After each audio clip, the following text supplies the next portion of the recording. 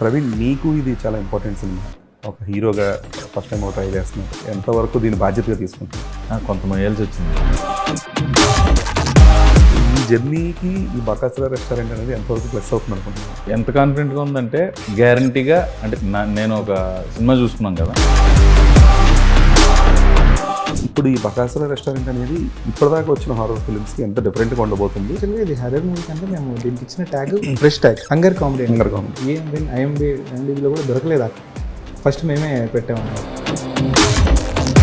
ఈ jump scare షాట్స్తో భయపెట్టడం, లేదంటే కొంచెం ఈ సడన్ జిమ్మిక్స్తో కొంచెం మ్యాజిక్ చేయడం అనేది చాలా కామన్ అయిపోయింది. People are not enjoying that as much. Complete horror అయితే కాదు.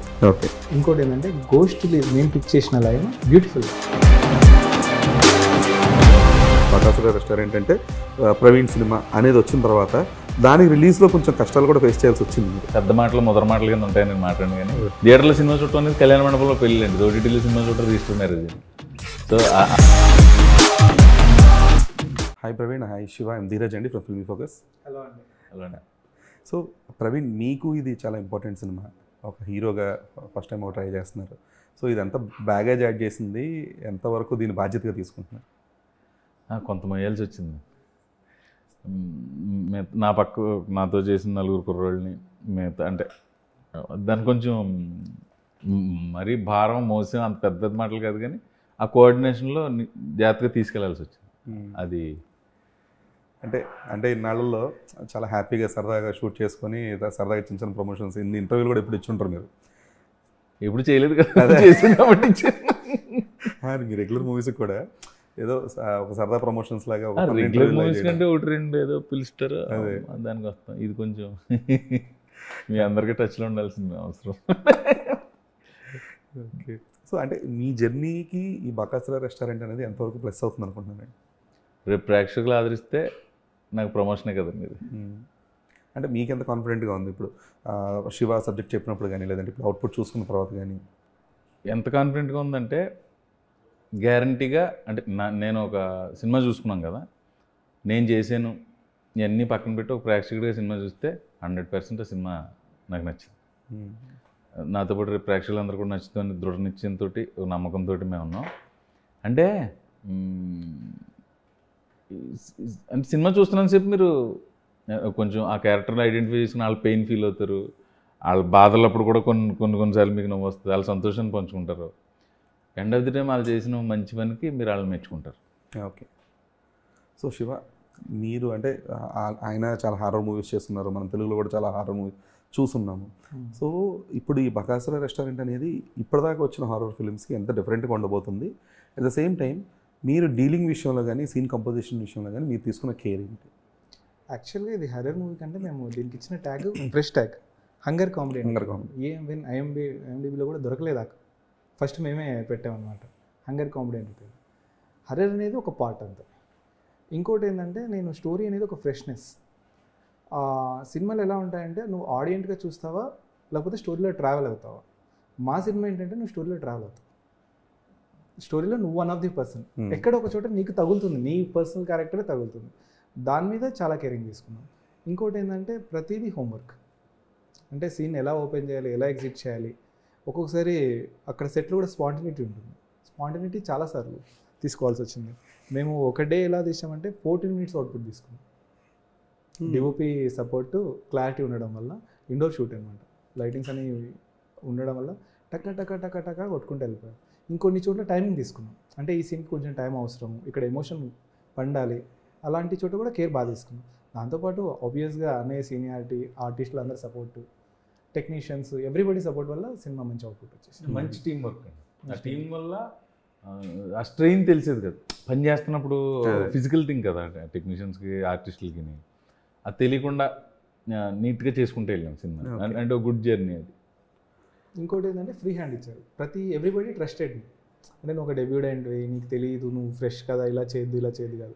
నేను ఏది చెప్తే ఆ జడ్జిమెంట్కి 100% అందరూ ఎవ్రీబడి ఆ ట్రస్ట్ రీజన్ ఏంటని నేను అనుకుంటున్నానంటే, ఇప్పుడు యాక్టర్ డౌట్ అడిగినప్పుడు డైరెక్టర్ వెంటనే దాని క్లారిఫికేషన్ ఇచ్చి దీనికోసం ఇది, అందుకు నువ్వు అలా చేయి అని చెప్పినప్పుడు ఆటోమేటిక్గా ఆ కంఫర్ట్ ఫీల్ అయ్యి నేను నమ్మేస్తారు.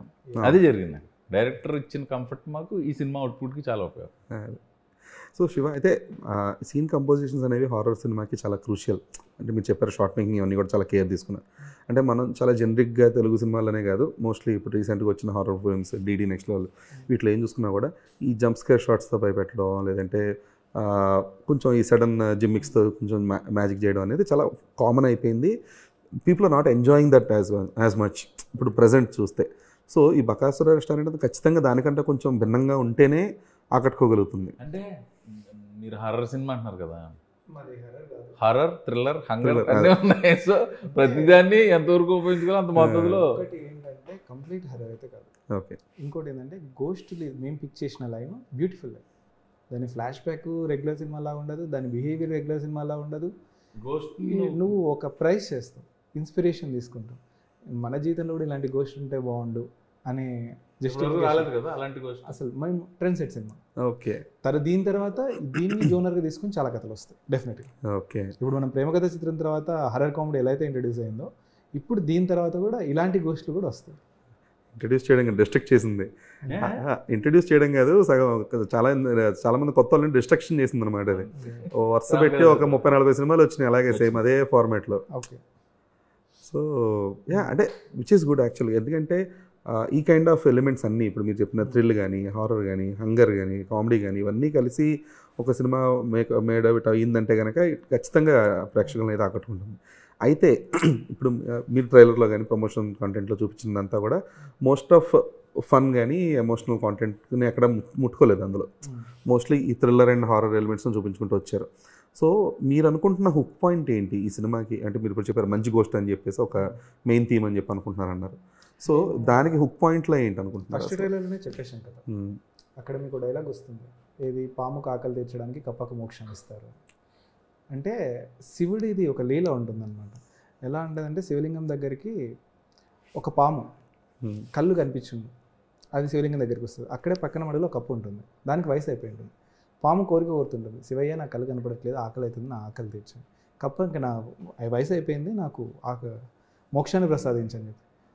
అప్పుడు శివుడి ఆజ్ఞతో ఒక చిన్న కొమ్మ కింద పడితే పాము అటు సైడ్ చూస్తే కప్ప కనపడుతుంది, వెళ్ళి తినేస్తుంది.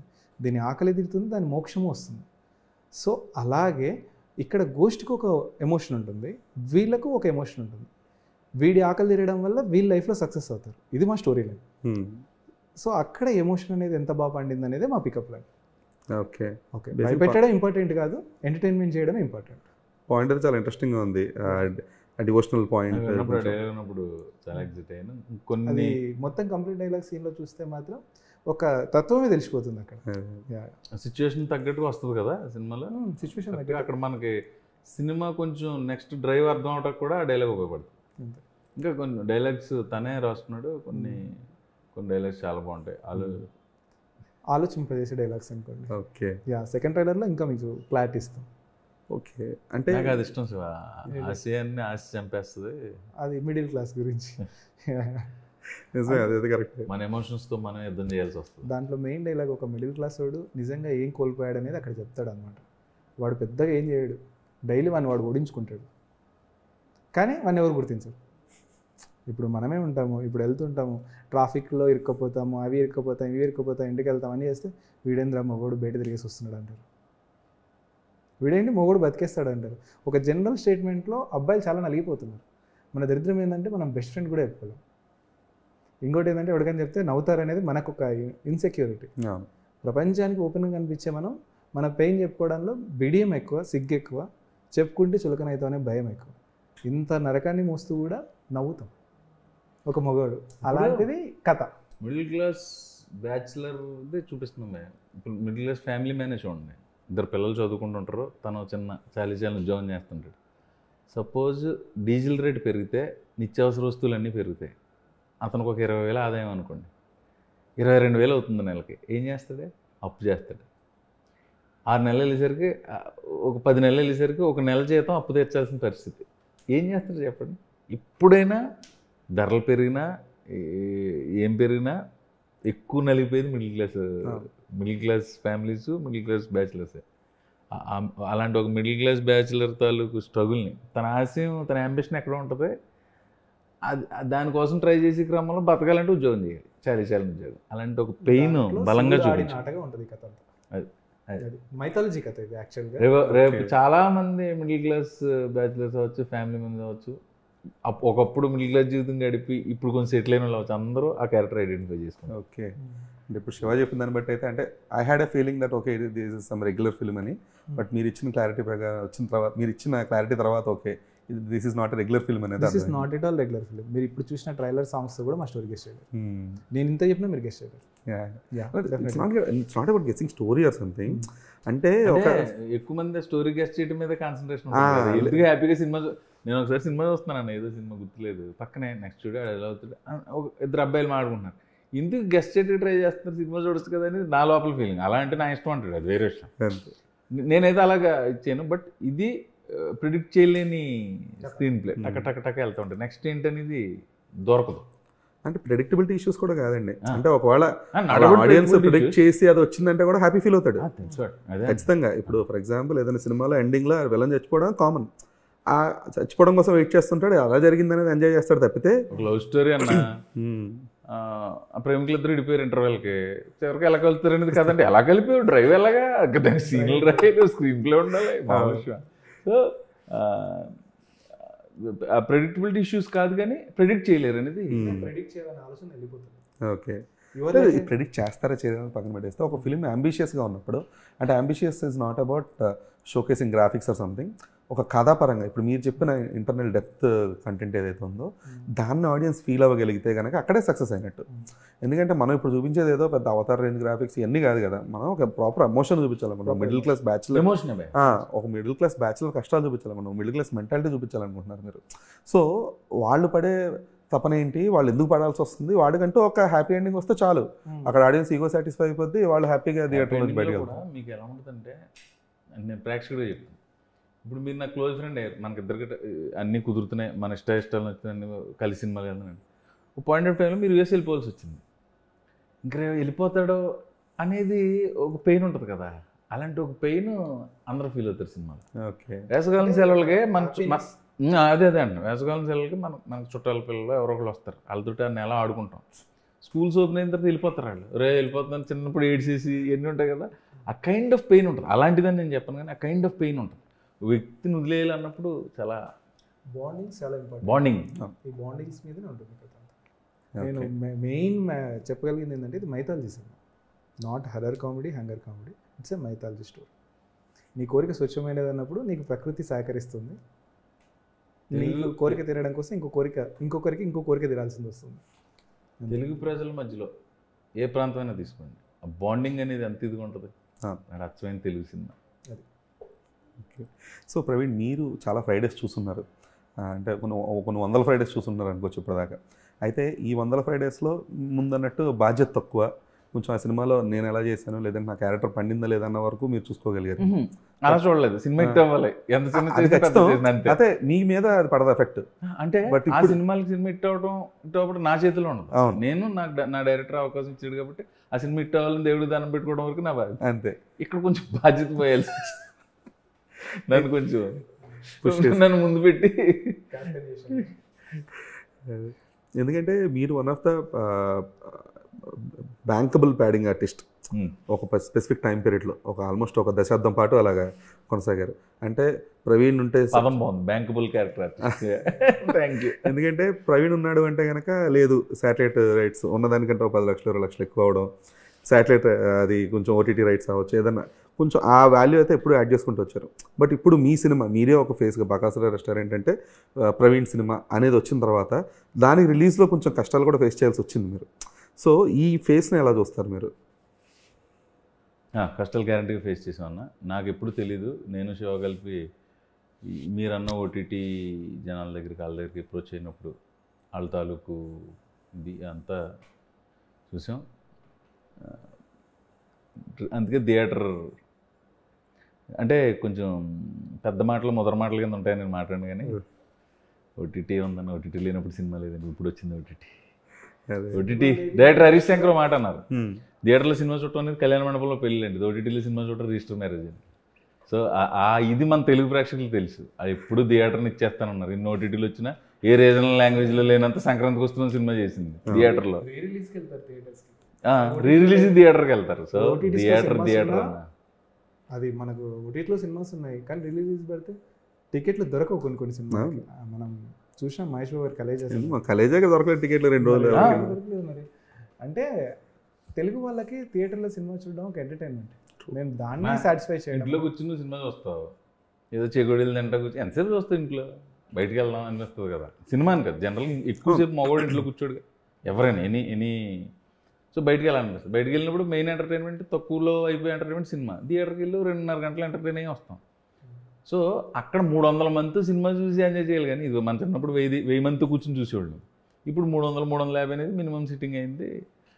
సో ఇప్పటికీ సింగిల్ థియేటర్లు కొన్ని 750-800 సిట్టింగ్స్ ఉన్నాయి చాలా చోట్ల. సో అక్కడికి వెళ్ళి కూడా ఇప్పటికీ నేను శ్రీరాములకి వెళ్ళి సినిమా చూడడానికి ఎంజాయ్ చేస్తాను. 800 మందితో ప్యాక్ అయిపోయి సినిమా చూస్తుంటే ఎంత థ్రిల్లింగ్ అన్నది. సో చీపెస్ట్ ఎంటర్టైన్మెంట్ సినిమానే. 100 కోట్లు పెట్టి తీసినా, మా సినిమాలాగా 8 కోట్లు పెట్టి సినిమా తీసినా, 200 కోట్లు పెట్టి తీసినా నీకు 150 రూపాయలకి ఇస్తున్నారు. నీకోసం పెద్ద పెద్ద హీరోలు డ్యాన్సులు చేస్తున్నారు, ఫైట్లు చేస్తున్నారు, పెద్ద పెద్ద డైరెక్టర్లు కథలు రాస్తున్నారు, పెద్ద పెద్ద ఆర్ట్ డైరెక్టర్లు సెట్లు వేస్తున్నారు. ప్రొడ్యూసర్కి అయితే భారం కోట్ల రూపాయలు ఇచ్చించి నీకు 150 రూపాయలకి సినిమా చూపిస్తున్నారు. హ్యాపీగా థియేటర్కి వెళ్ళి చూడు. The promotional guy is actually promotion training that is where we have to be in the water. So, quality takers will more like they have to discover and find out the standard is for this long. Where we will hear out that as actually is a very good most of the area for good day or expect so and the bits added. So it will be the you know by another also the after by small thing. Okay, we can hear that's when we hear with this approach and that on cost to this Canada. So I think it's about studying. Thanks. Thank you so much for that.